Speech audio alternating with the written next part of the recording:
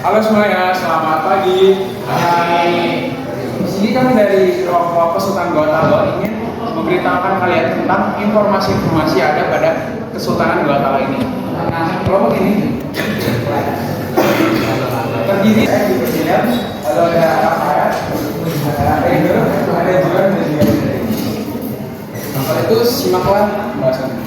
Nah, untuk pembahasan kali ini kami menggunakan literatur tambahan karena memang jika cuma menggunakan buku paket itu kami kekurangan informasi sehingga kami membutuhkan literatur tambahan.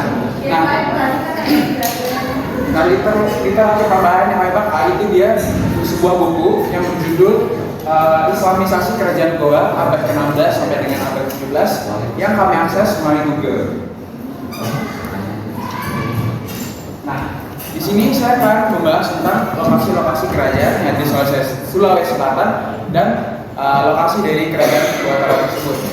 Nah, bisa kalian lihat di sini di dalam Pulau Sulawesi Selatan, Pulau Sulawesi, tempat ini Sulawesi Selatan, itu terdapat beberapa kerajaan. Yaitu ada kerajaan Goa Talo, kerajaan Wajo, Sopeng, dan Bone. Selanjutnya saya akan memberitahu kalian tentang sejarah dari Goa Talo. Nah, pada zaman dahulu, tepatnya di Pulau Sulawesi, di Sulawesi Selatan, itu kerajaan masih berdiri mandiri, jadi masih belum ada bersatu. Nah, kerajaan mandiri itu sebelum itu ada kerajaan Goa, terus ada kerajaan Sopeng, kerajaan Bone, kerajaan Wajo, dan kerajaan Talo. Nah, setelah beberapa waktu, beberapa tahun, jadi sebuah penyatuan dari kerajaan Goa dan kerajaan Talo. Nah, selanjutnya di sini saya akan menceritakan tentang proses penyatuan dari kerajaan Goa dan kerajaan Talo. Nah, dahulu kerajaan Goa dan Talo ini masih mandiri, sehingga mereka masih independen. Di sini mereka berkompetisi atau bersaing untuk mencari rempah-rempah. Nah, selanjutnya datanglah Belanda, di mana Belanda ini menjadi sebuah tekanan eksternal buat kedua kerajaan tersebut. Skip, terus kita masuk ke perjanjian perdamaian. Nah, karena mereka menganggap Belanda sebagai sebuah ancaman, maka mereka sadar bahwa dengan berkompetisi itu merupakan hal yang buang-buang waktu, sehingga kerajaan Goa dan kerajaan Talo membuat sebuah perjanjian, yaitu perjanjian perdamaian. Nah, sehingga pada akhirnya kerajaan Goa dan Talo menjadi sebuah kerajaan Goa Talo pada tahun 1528.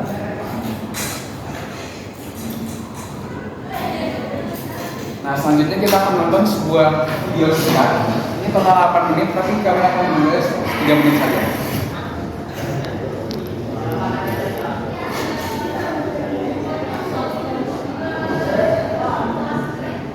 Ayo tempat lima dan dipandang.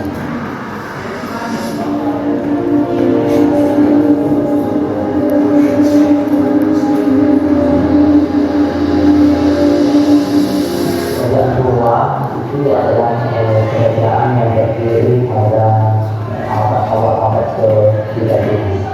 Kerajaan yang berbentuk monarki yang dipimpin oleh seorang raja yang diberi dengan istilah Surabaya.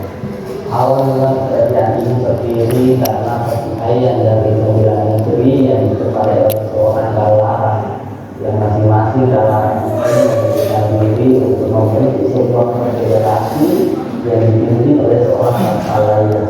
Dulu masanya terjadi sebuah kondisi di mana terjadi sebuah kejadian alam yang begitu besar yang menandai bahwa suatu kerajaan Goa yang dimana diceritakan di dalam Lontara bahwa ada seorang putri yang bergerak sebagai Bendera yang dulu di atas bukit Samaraga, lokasi di Samaraga itu dihatlah sebagai kota politik. Intinya di utara yang dinanti Kokai, di utara yang dinanti Kokamai.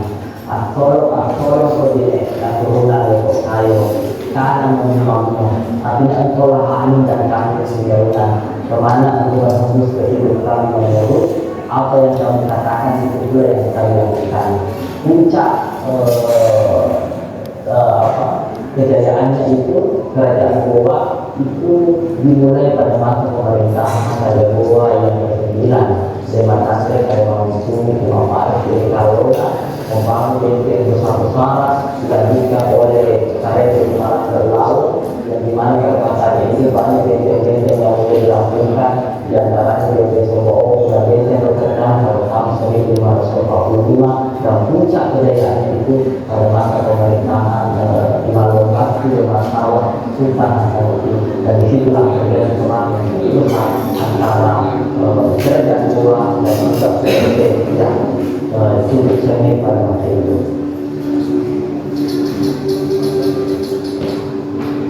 Kita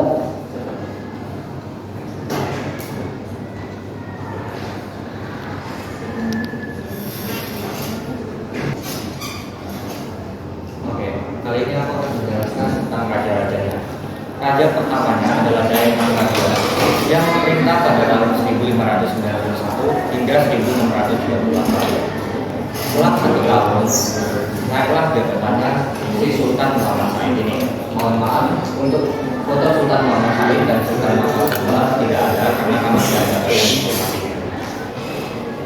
Sultan Muhammad Said sendiri, dia itu memerintah pada tahun 1639 hingga 1653. Setelah Muhammad Said naiklah jabatan Sultan Muhammad yang memerintah pada tahun 1653 hingga 1699.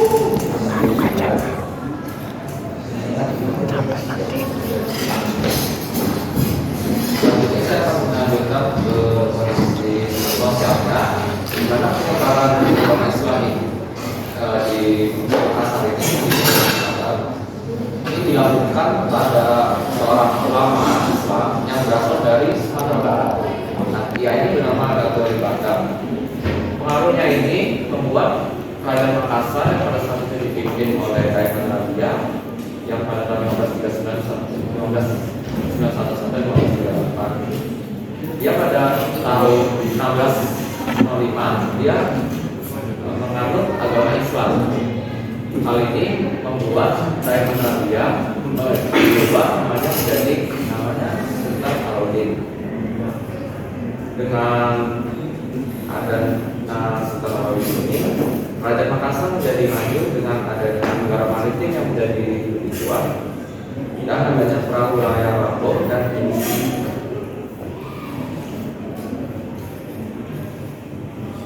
sekarang kejayaannya dimulai dengan 2 sultan. Pertama Sultan Muhammad Said, dia memerintah Kerajaan Makassar pada tahun 1639 sampai 1653. Dan dilanjutkan oleh Sultan Hasanuddin pada tahun 1553 sampai 1662. Nah, kedua sultan ini membawa Kerajaan Makassar ke perdagangan yang lebih maju. Karena ini perdagangan di Kerajaan Makassar menjadi yang terpenting di Asia Tenggara, yang membuat pedagang-pedagang dari seluruh dunia seperti dari Eropa, Cina, India dan Timur Tengah datang untuk berdagang di Indonesia. Komoditas perdagangan yang didagangkan di perdagangan buat hal ini berupa tembaga, juga kain sutra dan juga emas.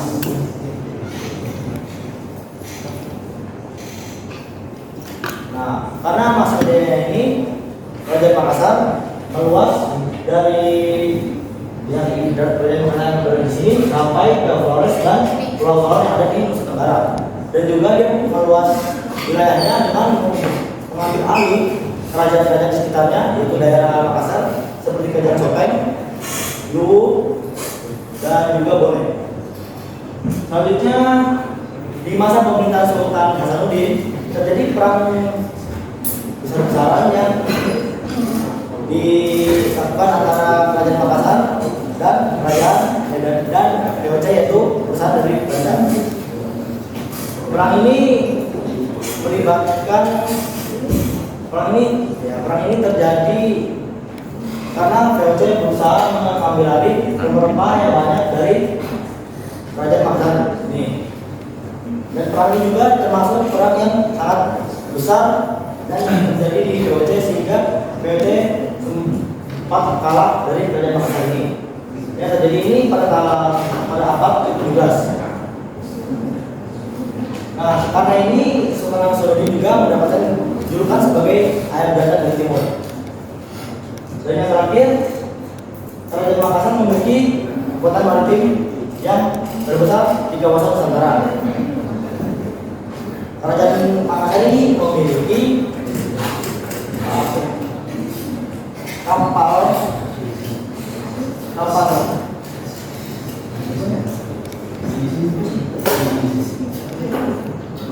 itu kuat dan memiliki taktik peperangan yang hebat sehingga dia bisa mengontrol sekaligus menjaga wilayahnya agar tidak diserang oleh kedua.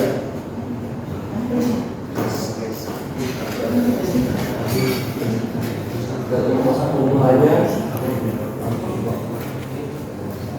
sebenarnya untuk konflik di sini itu lebih keberlanjutan dari perang antara VOC dan Gorontalo. Setelah dikalahkan VOC si Hasanuddin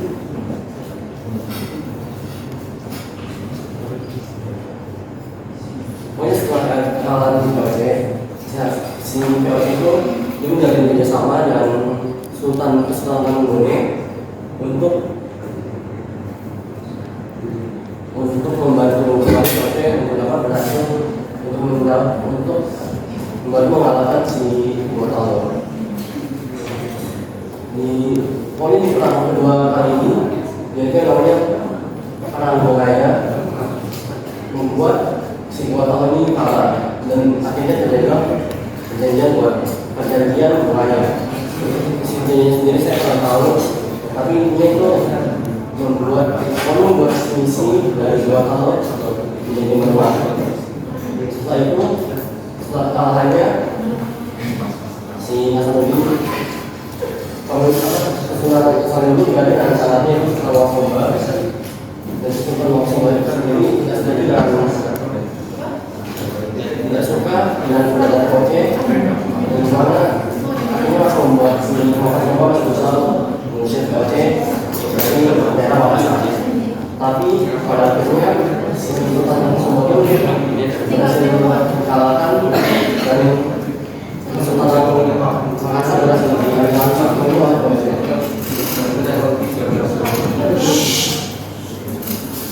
Kemudian warisan dari budayanya dari Kerajaan Makassar ini ada Masoni, yang dimana warisan ini ditetapkan oleh UNESCO pada tanggal 7 Desember 2017 di Pulau Jeju, Korea Selatan.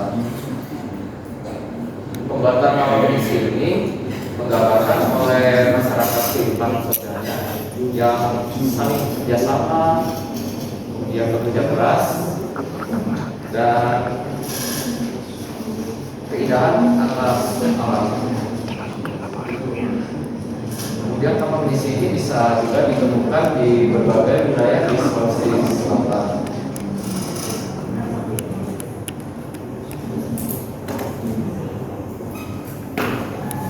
Untuk kehidupan sosial sendiri, pada masyarakat Makassar zaman dulu itu mereka sangat terikat oleh adat-adat dan norma-norma mereka. Salah satu adat yang mereka anut adalah pengadakan yang berasal dari agama Islam.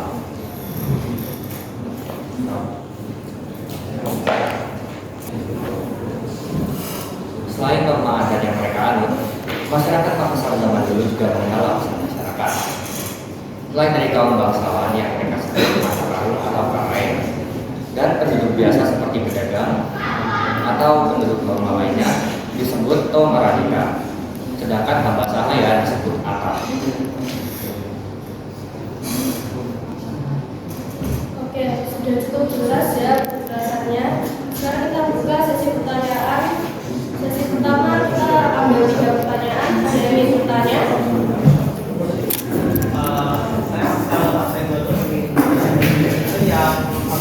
Yang masak minuman boleh tanya. Nah, ketika masak itu kan muncul konflik antara ikan Belanda sama orang Gorontalo. Nah, kenapa mereka bisa diskusi gitu kayak proses pelatih gitu?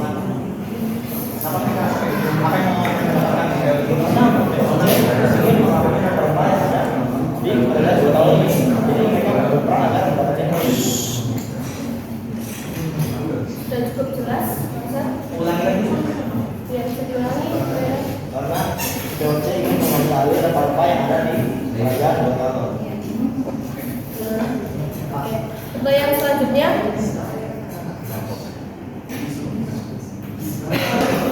langsung. Oke. Bagaimana hubungan Kesultanan Gorontalo dengan kerajaan lain di Nusantara pada masa itu? Oke, dulu pertanyaannya selanjutnya siapa? Oke, bisa sampai. Wah itu. Bisa juga kasih nama kapal. Siapa yang membuat?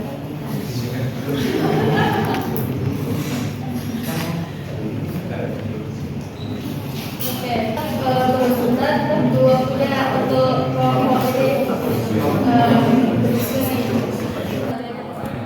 Ini kan katamu hubungan Kesultanan Gorontalo dengan kerajaan di Nusantara. Ya, Nusantara itu lagi yang disebutkan Nusantara. Iya, iya. Atau cuma di bawah. Dan di buku ya di Jawa.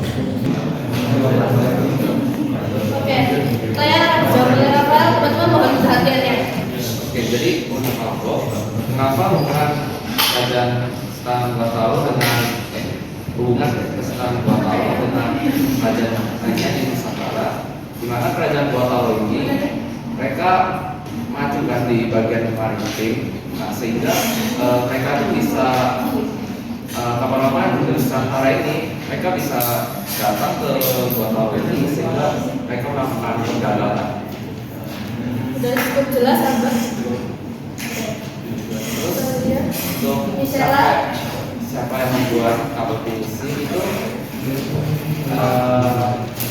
yang membuat itu masyarakat masyarakat yang membuat itu masyarakat di atas desa mereka.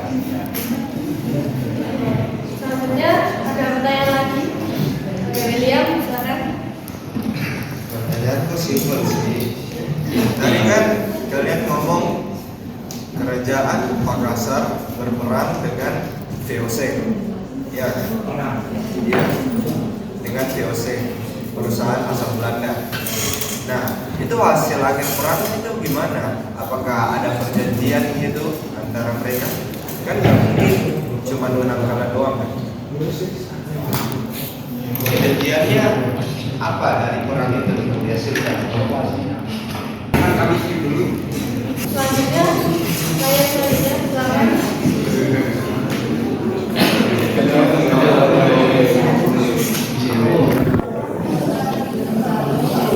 Mohon tenang ya.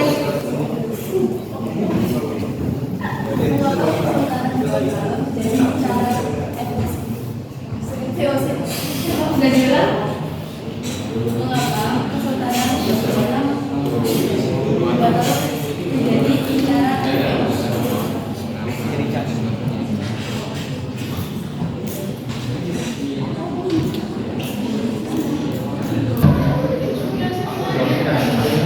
Kenapa sih ini mengincar kerajaan Batak? Itu karena sumber daya dimiliki oleh kerajaan Batak. Di mana kerajaan Batak melimpah akan rempah dan juga emas dan juga kain merah, sehingga itu yang diincar oleh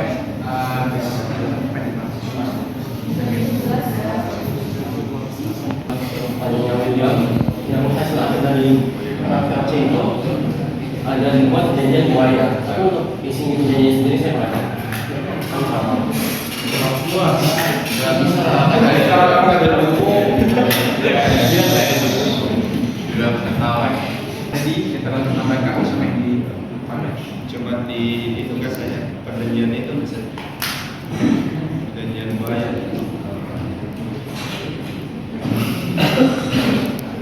Oke, sekian dari kelompok Gorontalo. Terima kasih atas perhatiannya. Terima kasih.